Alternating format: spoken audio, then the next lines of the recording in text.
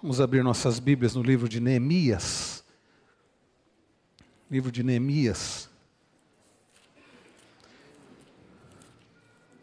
Neemias, capítulo 1. Se você tiver dificuldade, está entre Esdras e Ester. E se isso não te ajudar, abra em Salmos e volte um pouco. Vai voltando um pouco, você chega em Neemias. E eu creio que depois de nós abrirmos nossa Bíblia ao longo dos próximos domingos, você vai ficar com facilidade de encontrar Neemias.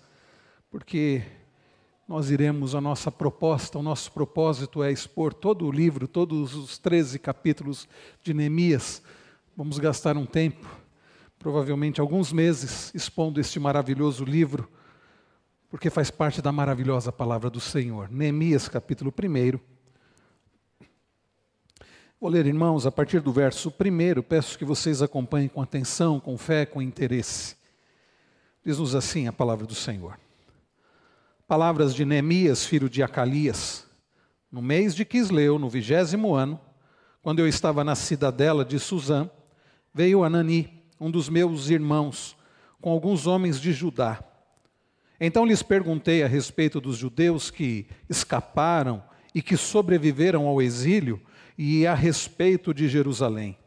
E eles me responderam: os restantes, os que sobreviveram ao exílio e se encontram lá na província, estão em grande miséria e humilhação. As muralhas de Jerusalém continuam em ruínas e os seus portões foram destruídos pelo fogo. Quando ouvi estas palavras, eu me sentei, chorei e lamentei por alguns dias. Fiquei jejuando e orando diante do Deus dos céus. Eu disse: ah, Senhor, Deus dos céus, Deus grande e temível, que guardas a aliança e a misericórdia para com aqueles que te amam e guardam os teus mandamentos. Estejam atentos os teus ouvidos e os teus olhos abertos, para que atendas à oração do teu servo que hoje faço diante de ti, dia e noite, pelos filhos de Israel, teus servos.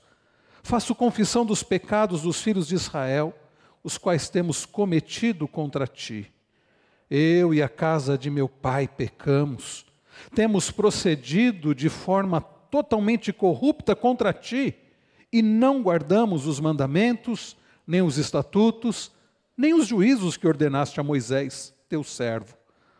Lembra-te da palavra que ordenaste a Moisés, teu servo, dizendo: se vocês forem infiéis, eu os espalharei entre os povos. Mas, se vocês se converterem a mim e guardarem os meus mandamentos e os cumprirem, então, ainda que os seus desterrados estejam nos lugares mais distantes da terra, de lá os ajuntarei e os trarei para o lugar que escolhi para fazer habitar o meu nome. Estes ainda são teus servos e o teu povo que resgataste com teu grande poder e com a tua mão poderosa. Ah, Senhor, estejam atentos os teus ouvidos à oração do teu servo e à oração dos teus servos que se agradam de temer o teu nome. Faze com que o teu servo seja bem-sucedido hoje e encontre misericórdia diante desse homem. Nesse tempo, eu era copeiro do rei. Vamos orar mais uma vez? Pai Celestial, neste momento que iniciamos a exposição deste livro da Tua Palavra, pedimos que o Senhor nos dê a graça de sermos alimentados, instruídos através da Tua Palavra. Senhor, não permita que nada nos atrapalhe de ouvir a Tua voz. Fala, Senhor, ao nosso coração, aos pequeninos também, que todos nós sejamos instruídos pelo Senhor, aqueles que nos acompanham à distância, aqueles que ouvirão esta mensagem numa outra época, num outro momento, que o Senhor nos instrua, nos encoraje, nos restaure através da Tua Palavra. É no nome de Jesus que oramos gratos. Amém. Há 2 semanas, irmãos, estamos em reforma lá na casa pastoral. Reforma você sabe como é, né? Quebra e suja e reforma não é fácil. Afinal de contas, a reforma é necessária. A casa não é uma casa nova, ainda que ela tenha sido reformada há não muito tempo. Aliás, esse ano, 2022, completam 50 anos que a igreja comprou a casa. Eu não sei se quando a igreja comprou a casa em 1972, como era a casa, se a casa era nova, não sei. O senhor sabe, reverendo? Não sabemos. Mas desde que a igreja comprou essa casa, algumas reformas já foram feitas. O reverendo Wilson morou lá na década de 80 e 90, né, por 15 anos. Às vezes a gente pergunta para a Elisa, como é que era aqui, Elisa? E ela vai falando como era diferente a casa. O reverendo Wilson pegou a época ainda de piso era taco, né? Forro de madeira, cupim. Eu não, eu já tive o privilégio de pegar a casa reformada. Na época do reverendo Emiliano, foi feita uma reforma, uma grande reforma. Apenas aproveitar algumas paredes, pelo que eu fiquei sabendo. E agora, depois de 10 anos e meio que eu estou lá, o conselho resolveu reformar novamente. Precisava. 10 anos se passaram desde a última pintura. 10 anos se passaram. E o problema é que ali o solo, muito úmido, vai pegando, as paredes começaram a ficar com muita umidade, descascar a pintura e tudo mais. E é por isso que estamos em reforma. Mas reforma não é fácil, mas é necessária. Quantas vezes precisamos reformar? Por causa da deterioração, por causa do tempo, por causa do desgaste, quando as coisas quebram, precisa restaurar, precisa reformar. Mas sabe o que é interessante? Que não somente coisas precisam de restauração, pessoas também. Quando pessoas estão quebradas, estão desgastadas, desviadas, precisam ser restauradas também. Assim foi com o povo de Deus, assim é desde a queda. Quando o ser humano se afastou do Deus da aliança, o Deus Todo-Poderoso. Assim foi com o povo de Deus, quando o povo se desviou dos caminhos do Senhor, e assim ainda é hoje. A igreja, por vezes, precisa de reforma e de restauração. Eu não estou me referindo a uma reforma física, estrutural. A nossa igreja teve há pouco tempo uma reforma, uma grande reforma, e que a igreja ficou tão bonita e tão segura. Mas estou falando de reforma de pessoas, reforma, restauração do coração, do relacionamento com Deus. A igreja, o povo de Deus, ao longo da história, se desviou e precisou ser restaurado. Quando nós olhamos para os livros históricos, nós vemos isso. Quando nós olhamos para a história da igreja, e a reforma protestante mostra isso, foi um retorno às Escrituras, uma restauração da igreja. E desde a reforma protestante para cá, a igreja tem precisado de reforma, não é verdade? Uma frase que ficou famosa é a frase em latim, Ecclesia reformata semper reformanda, que significa igreja reformada sempre se reformando. O que não significa que a igreja precisa estar sempre inovando, não é nada disso. Mas é que sempre que a igreja se desviar da palavra do Senhor, ela precisa voltar para a palavra. Igreja reformada sempre se reformando. Irmãos queridos, a igreja precisa de restauração. Pessoas precisam de restauração. Famílias, por vezes, precisam de restauração. É possível que você esteja precisando de restauração. Sabe qual é a boa notícia? É que existe um Deus, que as crianças cantaram agora, o Deus grandão, que tem poder para restaurar.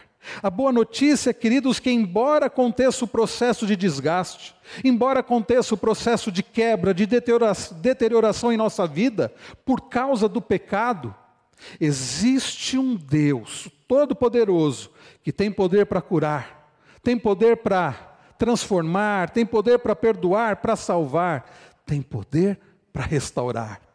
E é deste Deus que esta palavra fala e que este livro de Neemias fala. Aliás, esta é a palavra-chave deste livro, restauração.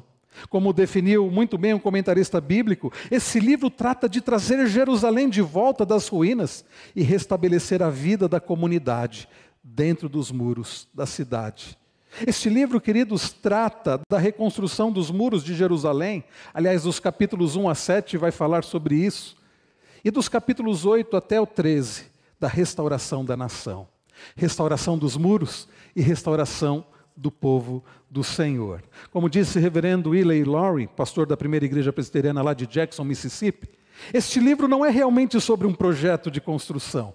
Esse livro não é sobre como construir muros ou restaurar muros. Esse livro também não é sobre liderança.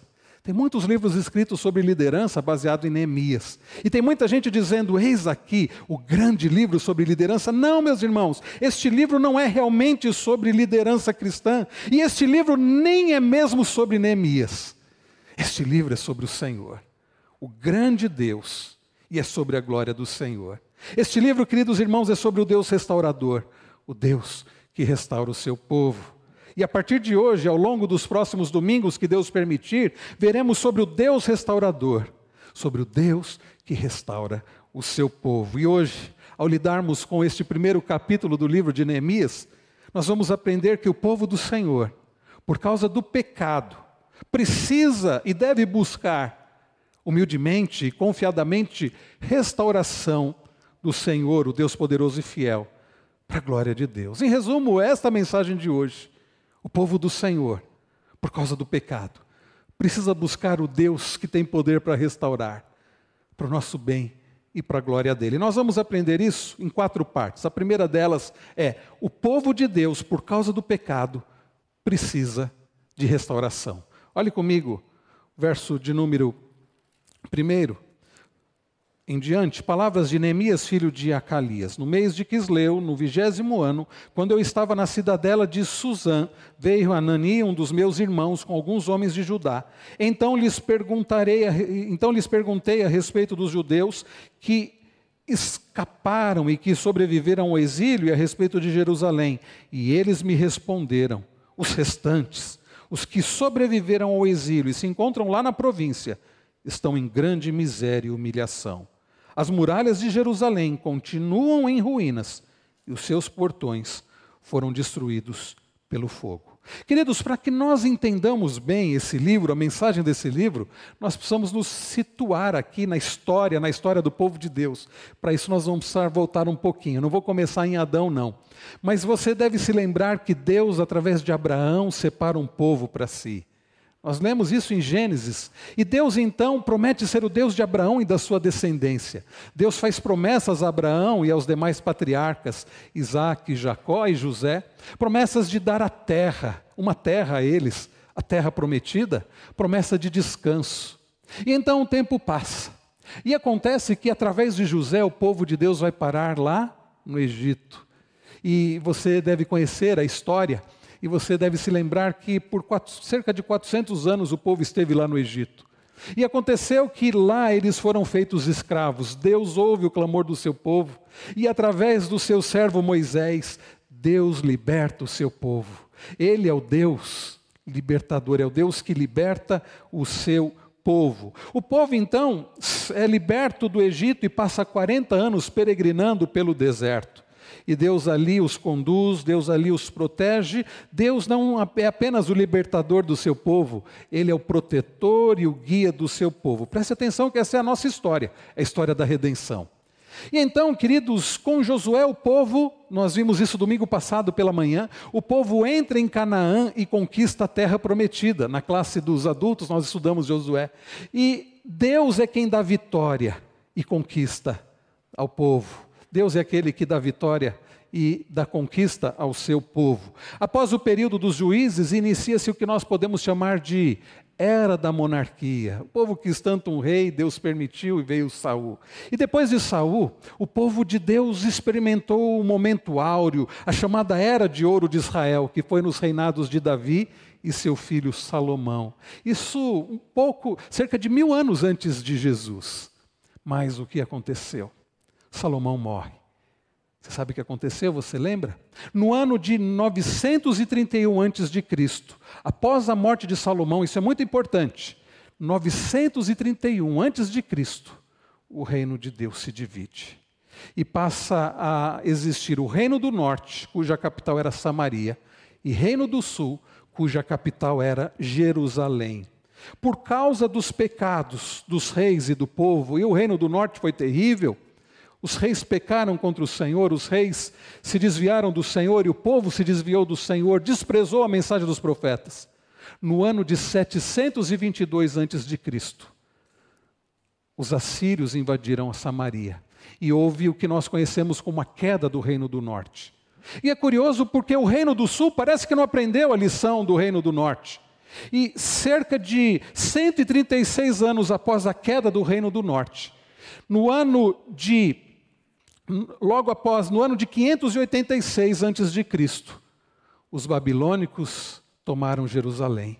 E houve o que nós conhecemos como a queda do Reino do Sul. Por causa do quê?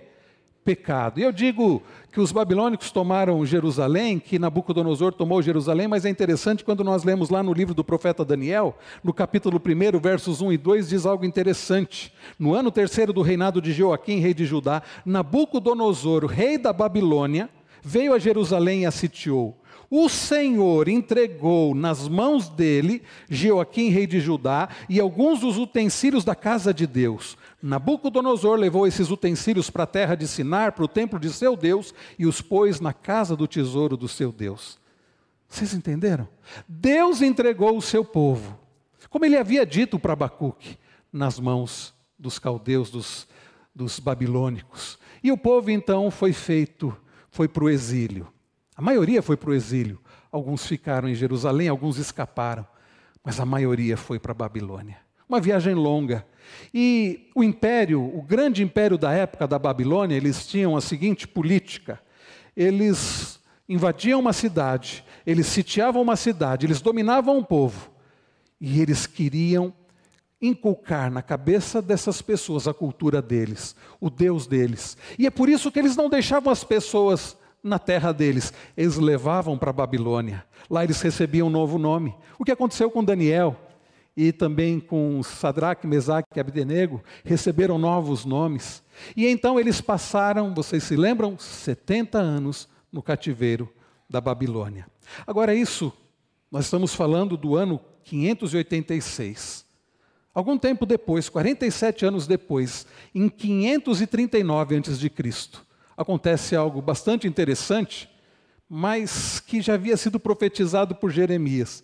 Um homem chamado Ciro, conhecido como Ciro Libertador, um rei persa, toma a Babilônia. O Império Persa, Império Medo-Persa, havia uma aliança entre a Média e a Persa, o Império Medo-Persa toma a Babilônia. E então, onde o povo estava exilado, passou a ter um novo império ali. E eles tinham uma política diferente. A política deles era um pouco diferente. E Ciro, você pode ler isso lá em Esdras 1, Ciro faz um decreto, permitindo o povo voltar para Jerusalém, permitindo a reconstrução do templo. Então espero que você esteja acompanhando. O povo está na Babilônia. E então em 539 a.C., Ciro, o rei persa, ele permite este retorno. O templo é reconstruído sob a supervisão de Zorobabel e Josué. E então, naquela dinastia persa, Ciro, Dario, Xerxes ou Assuero, e até que chega o rei Artaxerxes, o Longímano. E por volta de 457 a.C., Esdras vai para Jerusalém. E na Bíblia hebraica, aliás, há uma nota interessante, os livros de Esdras e Neemias são um volume só. Na nossa Bíblia é dividido, mas Esdras, Neemias, um volume só. Aliás, a história de Esdras, Neemias e Ester estão interligadas porque estão relacionadas na mesma época. E então, por volta do ano 444 a.C., em outras palavras, 13 anos depois de Esdras voltar para Jerusalém, Neemias também vai. Ou seja, no ano 444 a.C., aconteceu essa história que nós acabamos de ler aqui em Neemias 1. E por que isso faz diferença, saber dessas datas, de toda essa história? Para que você entenda o que estava acontecendo com o povo. O povo estava cativo na Babilônia por causa do pecado, mas agora pode retornar para a sua terra. Mas se você acompanhou a leitura com atenção, você percebeu que a coisa em Jerusalém não estava fácil. Você percebeu, não percebeu? Entre os milhares de exilados judeus que não haviam retornado a Judá, encontrava-se Neemias. O nome Neemias significa Yahvé consolou, ou o Senhor consolou. Este é o significado do nome Neemias. O Senhor, Yahvé, o Deus da aliança, ele traz consolo para o seu povo. Diz-nos o texto, o verso de número 1, que Neemias era filho de Acalias. E ele estava na cidadela de Susã. Isso é o que nós lemos a respeito de Neemias. Susã era uma cidade, não era a capital do Império da Babilônia, mas era uma cidade muito importante, era uma cidade onde havia um palácio, o palácio de inverno dos reis persas. E Neemias estava justamente ali, no reinado de Artaxerxes. No grande império da época, estava Neemias justamente no palácio, tendo contato com, naquela época, quem seria o homem, né, o ser humano mais poderoso da terra, né? Estava ali Neemias com ele. E é interessante perceber como Deus vai usando pessoas. Às vezes ele usa um pastorzinho de ovelhas como Davi, às vezes ele usa o copeiro do rei, às vezes ele faz isso. Então Neemias está ali. E por que havia necessidade de restauração? No final do capítulo 11 nós lemos que Neemias era copeiro do rei. Antes de falar da necessidade de restauração, não pense você que copeiro, como é hoje um copeiro do rei, era uma posição de grande importância e de grande confiança. O copeiro era aquele que bebia o vinho que o rei iria beber, e comia comida antes do rei comer, a comida que o rei iria comer, porque se estivesse envenenado, ele morreria. Então às vezes a gente pensa, devia ser bom ser copeiro, né? Tomava do melhor vinho, comia da melhor comida, mas se estivesse envenenado, era ele que iria morrer. E as pessoas que tinham uma posição como essa, tinham grande proximidade do rei, e certamente Neemias, então nessa posição privilegiada, ele gozava de conforto e de influência também, a semelhança do que aconteceu com José do Egito. Irmãos, por que havia necessidade da restauração? Olhe comigo novamente a partir do verso 2. Veio Hanani, um dos meus irmãos. É possível que esse Hanani fosse de fato irmão de sangue de Neemias, ou talvez a palavra irmão aqui é porque também era de Judá, né? Não sabemos exatamente, mas é possível que fosse um irmão de sangue. Então veio Hanani, um dos meus irmãos, com alguns homens de Judá. Então lhes perguntei a respeito dos judeus que escaparam e que sobreviveram ao exílio e a respeito de Jerusalém. E eles me responderam. Irmãos, vejam qual foi a resposta. Os restantes, os que sobreviveram ao exílio e se encontram lá na província, estão em grande miséria e humilhação. Essa, meus irmãos, era a condição daqueles que haviam ficado em Jerusalém. Grande miséria e humilhação. Eles estavam vivendo como que mendigos. Mas o problema não era só a pobreza material, humilhação. Aqueles que faziam parte do povo de Deus, do povo da aliança, estavam agora sofrendo humilhação. As pessoas podiam passar e dizer assim: são vocês que são servos do Deus Altíssimo, do grande Deus. Olha a situação de vocês, vocês são apenas pobres, miseráveis. Que coisa terrível. E não somente a situação do povo era terrível, como a própria situação da cidade. Diz-nos ainda o versículo que os seus portões foram destruídos pelo fogo. Irmãos queridos, o remanescente sofria angústia e vergonha, e a cidade, ela estava indefesa, porque naquela época os muros eram de grande importância, era proteção contra povos inimigos, e a cidade estava indefesa. Qualquer inimigo era um inimigo em potencial, poderia fazer mal ao povo lá de Jerusalém. Agora, esta é a situação. Eu fico pensando, irmãos, quantas vezes as pessoas estão numa situação semelhante, situação de miséria, situação de humilhação. E diante de uma situação de miséria e humilhação, a nossa reação ao saber disso deve ser de tristeza. E a reação de Neemias não foi diferente. Olhe comigo o verso de número 4. Quando ouvi estas palavras, eu me sentei, chorei e lamentei por alguns dias. Fiquei jejuando e orando diante do Deus dos céus. Neemias, meus irmãos, ao saber da situação daqueles que faziam parte do seu povo, do povo da aliança, daqueles que faziam parte do povo que era povo dos seus pais, e certamente seus pais haviam já morrido em Jerusalém, estavam sepultados em Jerusalém, provavelmente, Neemias fica profundamente afetado. Não obstante estar ele lá no palácio de inverno do rei persa. Não obstante, estando ele comendo do bom e do melhor, bebendo do bom e do melhor, não obstante Neemias estar numa vida muito confortável, gozando de um cargo altíssimo, aquela notícia o afeta profundamente.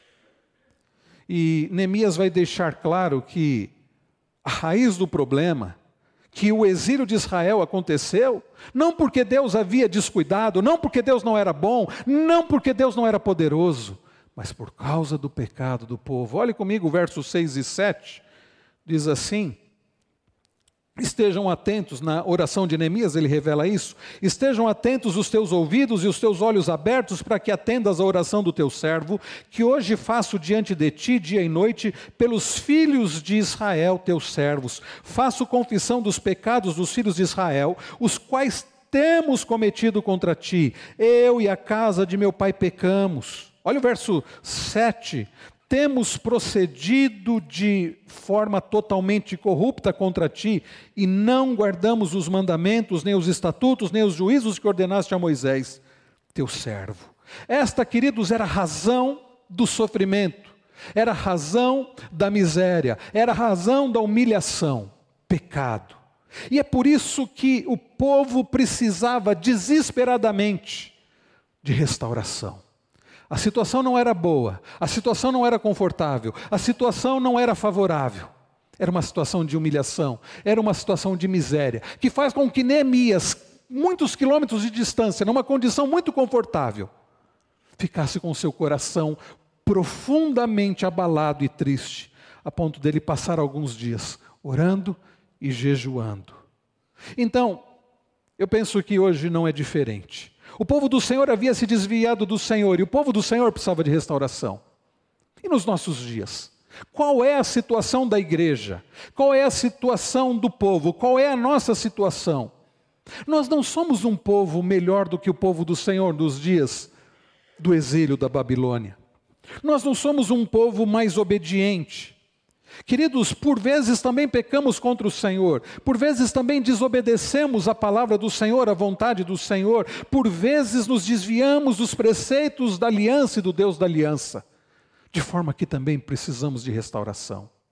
Esta é a primeira lição que nós aprendemos, é o primeiro ponto: o povo do Senhor, por causa do seu pecado, precisa de restauração.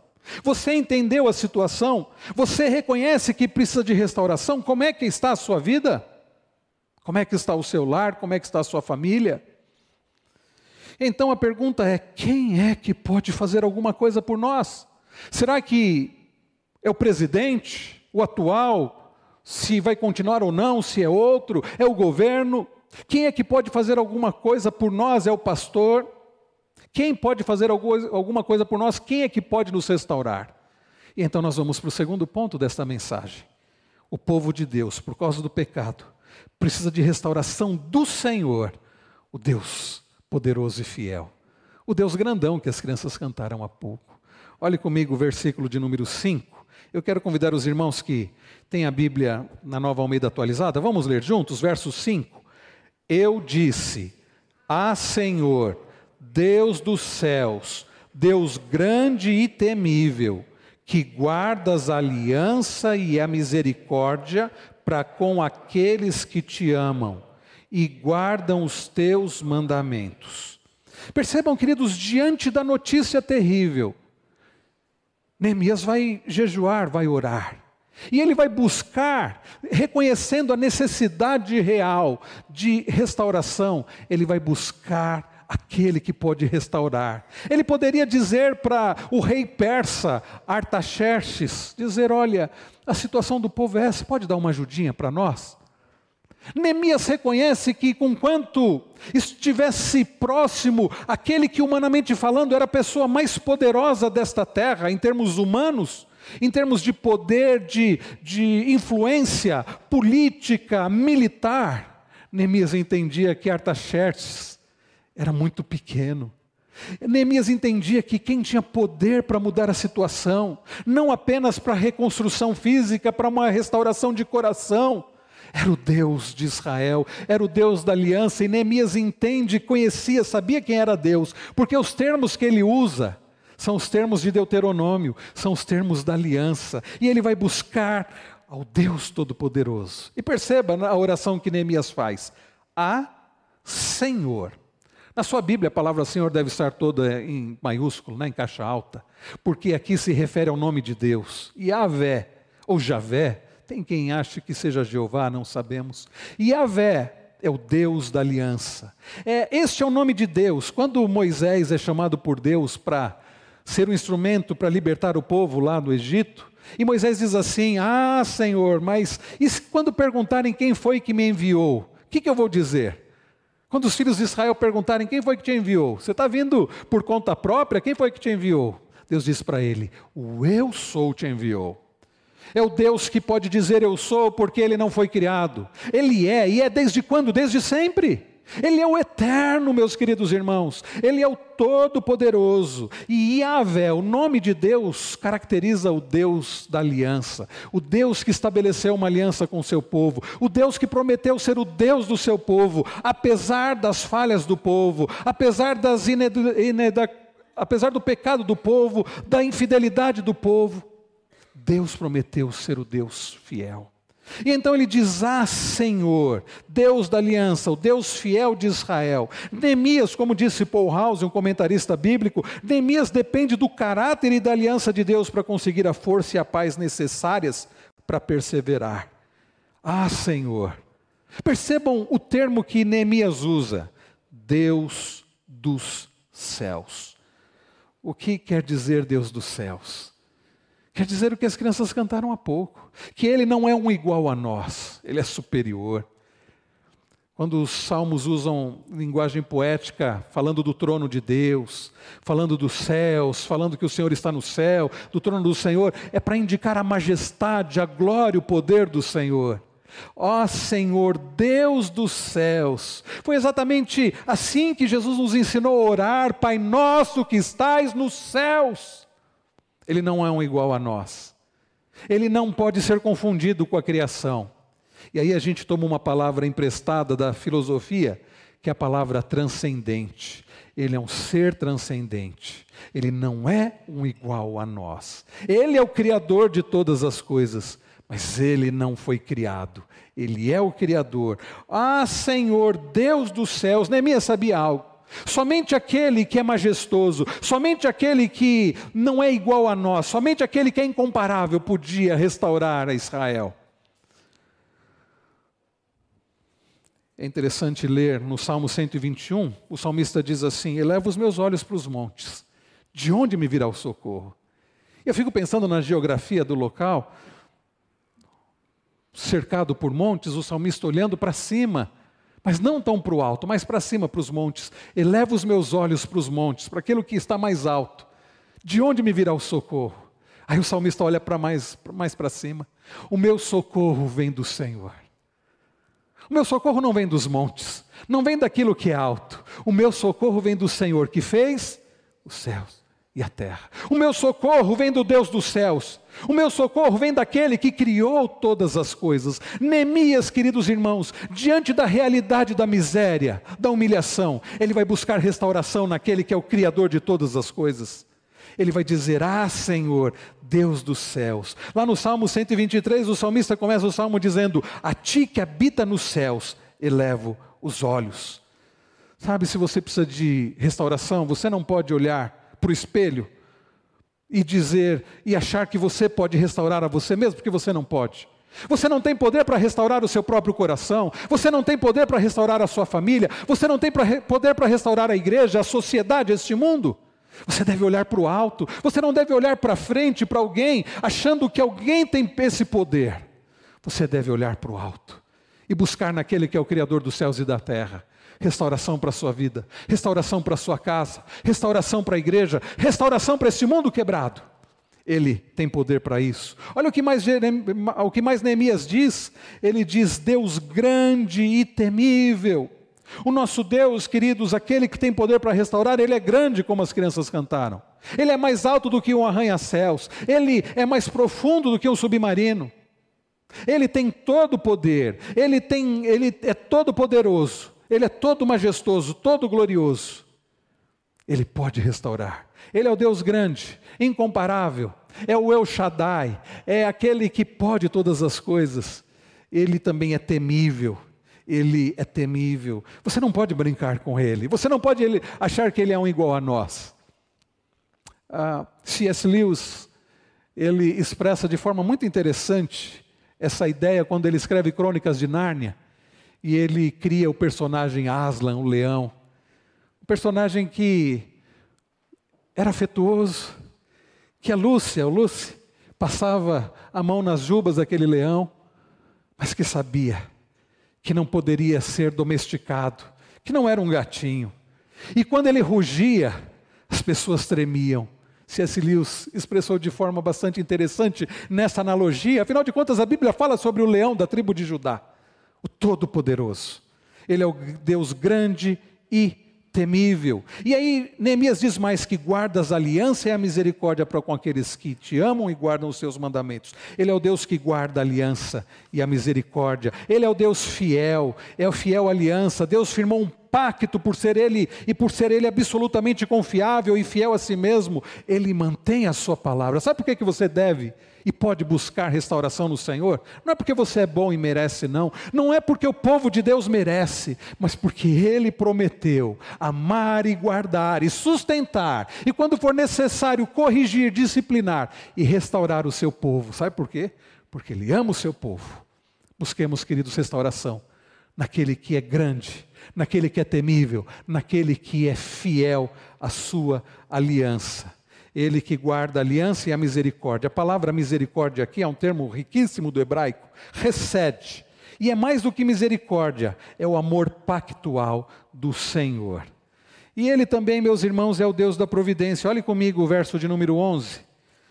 Olha o que Neemias diz: Senhor, estejam atentos os teus ouvidos à oração do teu servo e à oração dos teus servos que se agradam de temer o teu nome.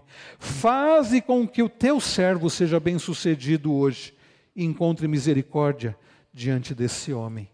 Vocês percebem o que Neemias pede? Faze com que o teu servo seja bem-sucedido hoje. Enquanto as pessoas escrevem livros e mais livros falando sobre Neemias, sobre a liderança de Neemias, sobre a capacidade de Neemias, Neemias está dizendo: Senhor, eu não posso nada sem o Senhor. Faze com que eu seja bem-sucedido. Irmãos, nós devemos buscar restauração naquele que tem poder para nos fazer ser bem-sucedidos. É Ele que tem poder para nos fazer ser bem-sucedidos. Busque restauração no Deus da providência. Terceiro lugar, queridos, o povo de Deus, por causa do pecado, deve buscar restauração no Senhor. E como deve buscar essa restauração? Com humildade e com confiança. Olhe comigo versículos 6 e 7. Aliás, vamos começar pelo verso de número 4. Diz-nos assim, versículo de número 4. Quando ouvi estas palavras, eu me sentei, chorei e lamentei por alguns dias. Fiquei jejuando e orando diante do Deus dos céus. É interessante, irmãos, que Neemias recebe a notícia de Anani, fica sabendo da situação de miséria, da situação de vergonha do seu povo em Jerusalém. E o que ele faz? Antes dele sair correndo para fazer alguma coisa, e às vezes nós agimos assim: eu preciso fazer alguma coisa. Ele vai buscar ao Senhor. Ele lamenta, ele chora, ele se entristece. Irmãos, enquanto nós não sentirmos o peso do pecado e das consequências do pecado, nós não iremos buscar restauração como devemos. Enquanto, como família, nós não sentirmos de fato o peso e as consequências terríveis do pecado, nós não iremos buscar restauração para o nosso lar, para o nosso casamento, para os nossos filhos, para os nossos pais. Enquanto nós não sentirmos de fato o peso, a tristeza do pecado que o pecado causa no meio da igreja, nós não buscaremos restauração como devemos. Um coração indiferente não busca restauração.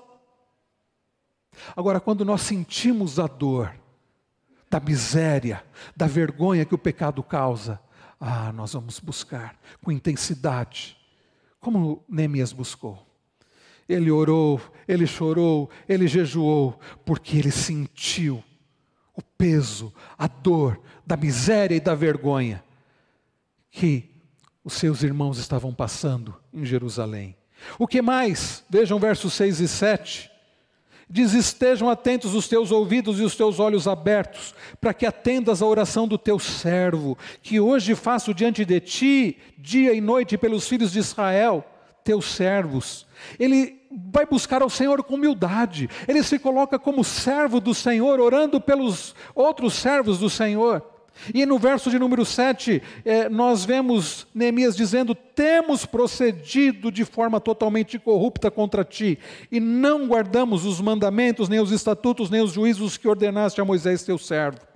Enquanto, queridos, houver soberba, houver orgulho em nosso coração, enquanto houver um grãozinho de autojustiça, de senso de merecimento, nós não oraremos, não buscaremos restauração como deveríamos. Se no fundo você acha: Senhor, abençoa porque, afinal de contas, eu tenho sido uma pessoa muito boa. Eu busco a restauração do Senhor porque o Senhor sabe o quanto eu tenho sido bom. Não, essa oração está errada porque não é verdade. Senhor, restaura-me. Restaura o meu lar, restaura a minha família, restaura a tua igreja, porque nós pecamos contra o Senhor, porque nós não merecemos nada de bom, mas o Senhor é bom e fiel. Como é que devemos buscar a restauração com humildade? Mas também, queridos, devemos buscar a restauração com confiança. Olha os versos 10 e 11. Estes ainda são teus servos e o teu povo que resgataste com o teu grande poder e com a tua mão poderosa. Senhor, estejam atentos os teus ouvidos à oração do teu servo e à oração dos teus servos que se agradam de temer o teu nome. Faze com que o teu servo seja bem-sucedido hoje e encontre misericórdia diante desse homem. Neemias ora com confiança naquele, como nós já falamos, que tem todo o poder, que é grande e temível, que é o Deus dos céus, que é o Deus da providência, que pode nos fazer bem-sucedidos. E por último, o povo de Deus deve buscar a restauração do Senhor, para a glória do Senhor. Olha comigo o verso de número 9. Mas se vocês se converterem a mim, e guardarem os meus mandamentos e os cumprirem, então, ainda que os seus desterrados estejam nos lugares mais distantes da terra, de lá os ajuntarei e os trarei para o lugar que escolhi, para fazer habitar o meu nome. Neemias sentia profundamente pela humilhação, pela vergonha do povo, pela miséria do povo, pelo sofrimento do povo. Mas havia algo que pesava ainda mais no coração de Neemias. Era o nome do Senhor estar sendo envergonhado por causa do pecado do povo. E Neemias lembra. E Neemias, como eu disse, está citando palavras pactuais do Senhor lá de Deuteronômio. E Neemias ora dizendo: Senhor, o Senhor disse isso. O Senhor zela pelo teu nome, pela tua glória. Então, Senhor, ouve a minha oração e a oração dos teus servos e nos restaure para a tua glória. Irmãos queridos, a restauração, ela é uma bênção para a nossa vida. Mas quando somos restaurados, quando o povo de Deus é restaurado, o nome do Senhor é glorificado. Então ore.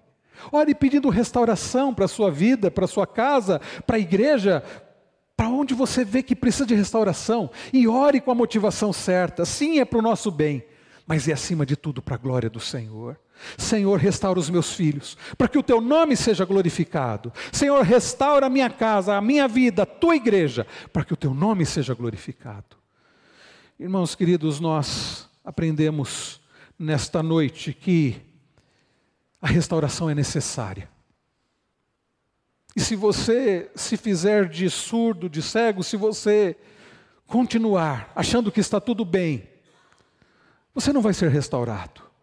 Enquanto você não reconhecer que não está tudo bem, enquanto você não reconhecer onde há miséria, onde há vergonha, você não terá restauração.